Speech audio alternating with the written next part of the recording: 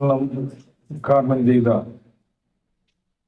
കൃഷ്ണകേരള എംഎയുടെ general secretary Thayyur Muhammad കുഞ്ഞ് മൗലവി ഉസ്താദ് അവർകളെ, K Sulaiman മൗലവി, തയ്യൂർ മൗലവി, പാങ്ങോട് ഖമറുദ്ദീൻ മൗലവി, ശംസുദ്ദീൻ മന്നാനി, സഫീർ ഖാൻ മന്നാനി തുടങ്ങി വേദിയിലും സദസ്സിലുമുള്ള പണ്ഡിതന്മാരെ, സുഹൃത്തുക്കളെ,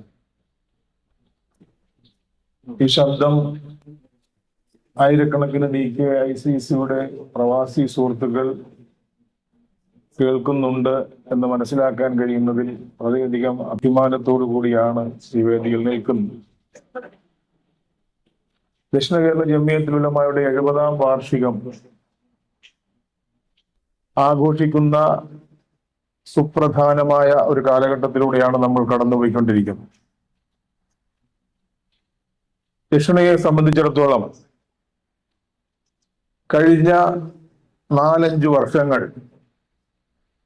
സംഘടനയുടെ ചരിത്രത്തിലെ പുതുപുത്തൻ അധ്യായങ്ങൾ എഴുതി ചേർക്കപ്പെട്ട കാലഘട്ടമാണ്. ഇതിൽ ഏറ്റവും പ്രധാനപ്പെട്ട ഒരു കാര്യം, ദക്ഷിണ കേരള ജമിയത്തുൽ ഉലമ എന്ന പണ്ഡിത പ്രസ്ഥാനത്തിന് ജനകീയ സ്വഭാവം കൈവരിക്കുന്നതിനുള്ള ഏറ്റവും വലിയ പോഷക പ്രസ്ഥാനം ജമാഅത്ത് ഫെഡറേഷനാണ്.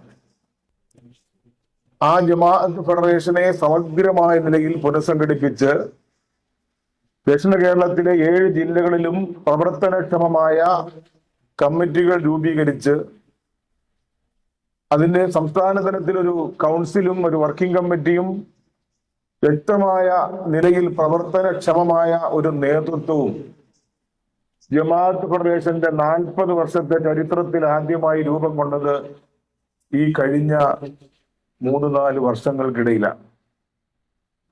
ഈ പ്രവർത്തനം അതിന്റെ മുഖ്യ നേതൃത്വം വഹിച്ചത് ബഹുമാനപ്പെട്ട ജനറൽ സെക്രട്ടറി അവരുടെ ദീർഘവീക്ഷണമാണ്.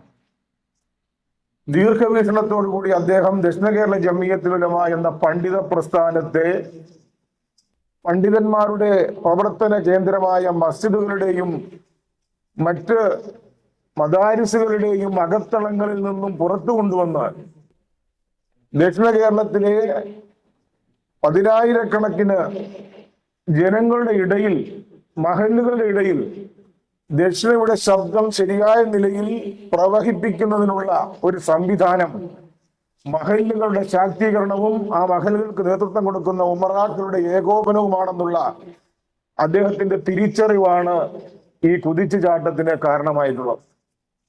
അദ്ദേഹം വറാസത്തിന്റെ ഇൽമുള്ള ഒരു പണ്ഡിതനാണ്.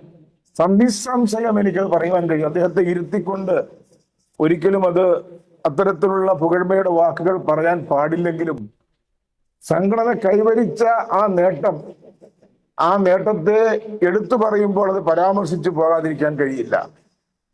രണ്ടാമത്തെ നേട്ടമാണ് ഇന്ന് നമ്മുടെ പ്രവാസികൾ, ദക്ഷിണ കേരളത്തിലെ പ്രവാസികൾ കേരളത്തിലെ ഇതര പണ്ഡിത പ്രസ്ഥാനങ്ങളുടെ നേതൃത്വത്തിലും ഇതര രാഷ്ട്രീയ പ്രസ്ഥാനങ്ങളുടെ നേതൃത്വത്തിലും സംഘടിക്കപ്പെട്ട പ്രവാസി സംഘടനകളിൽ പങ്കെടുക്കാൻ നിർബന്ധിതരായി തീർന്ന ഒരു സാഹചര്യത്തിൽ ദക്ഷിണ ഹൃദയത്തിൽ താലോലിക്കുന്ന തെക്കൻ കേരളത്തിലെ ആയിരക്കണക്കിന് പ്രവാസികളുടെ ആഗ്രഹത്തിന്റെ പൂർത്തീകരണമായി ഒരു പ്രവാസി പ്രസ്ഥാനം ദക്ഷിണ കേരള ജമിയത്തുൽ ഉലമയുടെ കീഴിൽ രൂപീകരിക്കണം എന്നുള്ള ആശയം ഉത്ഭവിച്ചു വന്നപ്പോൾ അതിന് ഏറ്റവും കൂടുതൽ അതിന് അംഗീകാരം കൊടുക്കുന്നതിന് മുന്നിട്ടിറങ്ങിയ മഹൽ വ്യക്തിത്വം ബഹുമാനപ്പെട്ട തയ്യൂർ ഉസ്താദ് അവർകളായിരുന്നു.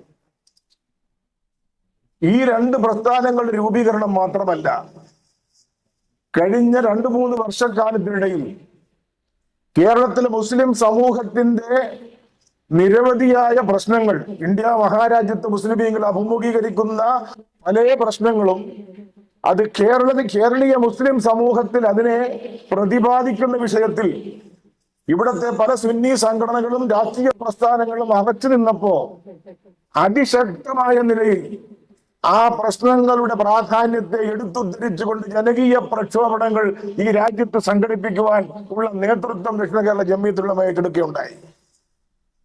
കൊല്ലത്ത് നടത്തിയ ഏക സിവിൽ കോഡിനെതിരെയുള്ള അതിശക്തമായ പ്രക്ഷോഭണം, ആ സമ്മേളനത്തിൽ പങ്കെടുക്കാമെന്ന് ഏറ്റിരുന്ന യൂസുഫ് അലി പോലും സംഘടനയുടെ പ്രമേയം എന്താണെന്ന് തിരിച്ചറിഞ്ഞപ്പോൾ കേന്ദ്ര ഗവൺമെന്റിന്റെ കണ്ണിൽ കരടായി മാറുന്ന ഒരു പ്രമേയത്തെ അനുകൂലിക്കാൻ വന്ന് പങ്കെടുക്കുന്നതിനുള്ള പ്രയാസം മുന്നിൽ കണ്ടുകൊണ്ട് അദ്ദേഹം പോലും വളരെ തന്ത്രപൂർണമായ യോഗത്തിൽ നിന്ന് പിന്മാറിയെങ്കിൽ ആ യോഗം അതിശക്തമായ നിലയിൽ സംഘടിപ്പിച്ചുകൊണ്ട് 10,000-കണക്കിന് ആളുകളെ കൊല്ലം പട്ടണത്തിൽ അണിനിരത്തി ഏക സിവിൽ കോഡിനെതിരായി കേന്ദ്ര സർക്കാരിന് താക്കീത് കൊടുത്ത പ്രസ്ഥാനം കേരളത്തിൽ പരസ്യമായി രംഗത്തിറങ്ങിയ ദക്ഷിണ കേരള ജംഇയ്യത്തുൽ ഉലമ മാത്രമായിരുന്നു. നമ്മളെക്കാൾ വലിയ ജനകീയ പ്രസ്ഥാനങ്ങൾ എന്ന് അവകാശപ്പെടുന്ന പലരും അവരുടെ യോഗങ്ങളിലെ പ്രമേയങ്ങളും ചർച്ചകളുമായി മുൻപോട്ട് പോയപ്പോൾ ജനങ്ങളെ രംഗത്തിറക്കി തെരുവിൽ 10,000-ങ്ങളെ അണിനിരത്തി ഈ കേരളത്തിൽ പോരാട്ടത്തിന്റെ ഭൂമിയിലേക്ക് രംഗത്തിറങ്ങിയത് ദക്ഷിണ കേരള ജംഇയ്യത്തുൽ ഉലമയും അതിന് നേതൃത്വം കൊടുക്കുന്ന പണ്ഡിത നേതാക്കന്മാരുമായിരുന്നു. അതുപോലെ തന്നെ ഇന്ന് ഏറ്റവും വലിയ ജനങ്ങൾ ശ്രദ്ധിച്ച വഖഫിന്റെ പ്രശ്നം, വഖഫിന്റെ ആ പ്രശ്നത്തിൽ അതിശക്തമായ നിലപാടുകൾ സ്വീകരിച്ചുകൊണ്ട് മുനമ്പം വഖഫ് ഭൂമി പ്രശ്നം വഖഫ് നിയമ ഭേദഗതിയെ അടയാളപ്പെടുത്തുന്നതിനുള്ള ഏറ്റവും വലിയ മാധ്യമമായി സംഘപരിവാരങ്ങൾ ആസൂത്രണം ചെയ്തു കൊണ്ടുവന്ന ആ വഖഫ് നിയമ ഭേദഗതിയെ സ്ഥാപിച്ചെടുക്കുവാൻ വേണ്ടി ആസൂത്രണം ചെയ്ത മുനമ്പം ഭൂമി പ്രശ്നത്തിൽ അതിശക്തമായ നിലപാട് സ്വീകരിച്ച ഏക പ്രസ്ഥാനം ദക്ഷിണ കേരള ജംഇയ്യത്തുൽ ഉലമ മാത്രമായിരുന്നു. മറ്റിതര രാഷ്ട്രീയ പ്രസ്ഥാനങ്ങളും സംഘടനകളും അലച്ചും പകച്ചും നിന്നപ്പോൾ ആ പ്രശ്നത്തിന്റെ പേരിൽ എറണാകുളത്ത് ഒരു കമ്മീഷനെ സർക്കാർ നിയോഗിച്ച് മുൻപോട്ട് പോയപ്പോൾ ആ കമ്മീഷന്റെ മുമ്പിൽ ഹാജരാകുവാൻ പോലും ഇതര പ്രസ്ഥാനങ്ങൾ മടിച്ചു നിന്നപ്പോ ദക്ഷിണ കേരള ജംഇയ്യത്തുൽ ഉലമയുടെ ജനറൽ സെക്രട്ടറി നേരിട്ട് കമ്മീഷന്റെ മുമ്പിൽ ഹാജരായി നിരവധി അഭിഭാഷകരുടെ വാദമുഖങ്ങൾക്ക് നടുവിൽ എഴുന്നേറ്റ് നിന്നുകൊണ്ട് അതിശക്തമായ നിലയിൽ മുനമ്പം ഭൂമി പ്രശ്നത്തിന്റെ രാഷ്ട്രീയ വശങ്ങളും മറ്റു വശങ്ങളും പ്രതിപാദിച്ചുകൊണ്ട് വഖഫിന്റെ സംരക്ഷണത്തിന് വേണ്ടി അദ്ദേഹം നടത്തിയ ആ കോടതിയുടെ മുമ്പിൽ നടത്തിയ പോരാട്ടം അത് കേരളത്തിൽ ശ്രദ്ധ പിടിച്ചു പറ്റിയ ഒരു സംഭവമായിരുന്നു. എന്റെ മുമ്പിൽ ഒരുപാട് ആളുകൾ ഇരിപ്പില്ലെങ്കിലും ഇത് നിരവധി ആളുകൾ കേൾക്കേണ്ട ഒരു പ്രധാനപ്പെട്ട വിഷയത്തെ പ്രതിപാദിക്കുന്ന യോഗം എന്നുള്ള നിലയിൽ ഇത് ഓൺലൈനിലൂടെ നിരവധി ആളുകൾ കേൾക്കുമെന്നുള്ളത് കൊണ്ട് ഞാൻ ഈ കാര്യങ്ങൾ ഈ സായം സന്ധ്യയിൽ പരാമർശിക്കുകയാണ്. ഇന്ന് കേരളത്തിൽ 3 ഹജ്ജ് ക്യാമ്പുകൾ സംഘടിപ്പിക്കപ്പെട്ടു. കണ്ണൂരിലും കരിപ്പൂരിലും നെടുമ്പാശ്ശേരിയിലും. ഈ 3 ഹജ്ജ് ക്യാമ്പുകളിൽ ഏറ്റവും കൂടുതൽ ആളുകൾ ഹജ്ജ് ക്യാമ്പിൽ പങ്കെടുത്തത് ആ നെടുമ്പാശ്ശേരി വിമാനത്താവളത്തെ ഉപയോഗിച്ചുകൊണ്ടാണ് ഹജ്ജിന് പോയത്. 6,441 തീർത്ഥാടകർ നെടുമ്പാശ്ശേരി വരെ യാത്ര പോവുകയുണ്ടായി.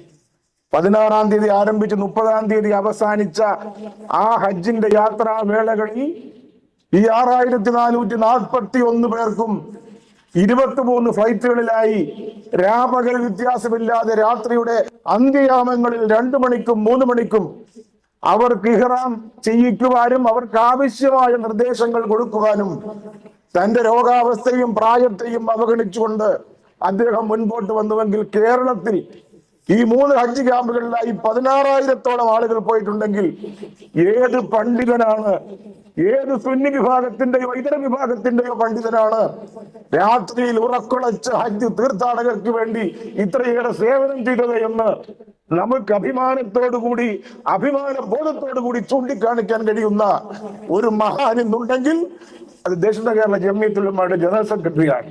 മറ്റുള്ളവരൊക്കെ സുഖലോലുപതയിൽ കഴിഞ്ഞുകൂടിക്കൊണ്ട് ആഹ്വാനങ്ങൾ നടത്തിക്കൊണ്ട് തങ്ങളുടെ രാഷ്ട്രീയ താല്പര്യങ്ങളും സ്ഥാനമാനങ്ങളും സംരക്ഷിക്കുന്നതിന് വേണ്ടി ഏത് വിധത്തിലും തങ്ങളുടെ അഭിപ്രായങ്ങളെ മാറ്റിമറിക്കുന്നുവെങ്കിൽ അഭിപ്രായത്തിൽ ഉറച്ചു നിന്നുകൊണ്ട് എല്ലാ വിഷയങ്ങളിലും അതിശക്തമായ നിലപാടുകൾ സ്വീകരിച്ച് മുൻപോട്ട് പോകുന്ന ഒരു പ്രസ്ഥാനമാക്കി ദക്ഷിണയെ വളർത്തുവാൻ 70-ാം വാർഷികത്തിന്റെ ഈ വേളയിൽ നമുക്ക് കഴിഞ്ഞിട്ടുണ്ട് എന്നുള്ളതാണ് IDKICC നേതൃസംഗമത്തിന്റെ ഏറ്റവും വലിയ അഭിമാനം എന്ന് മാത്രം സൂചിപ്പിച്ചുകൊണ്ട് സർവശക്തനായ അല്ലാഹു ദക്ഷിണയുടെ നേതൃത്വത്തെ അനുഗ്രഹിക്കട്ടെ.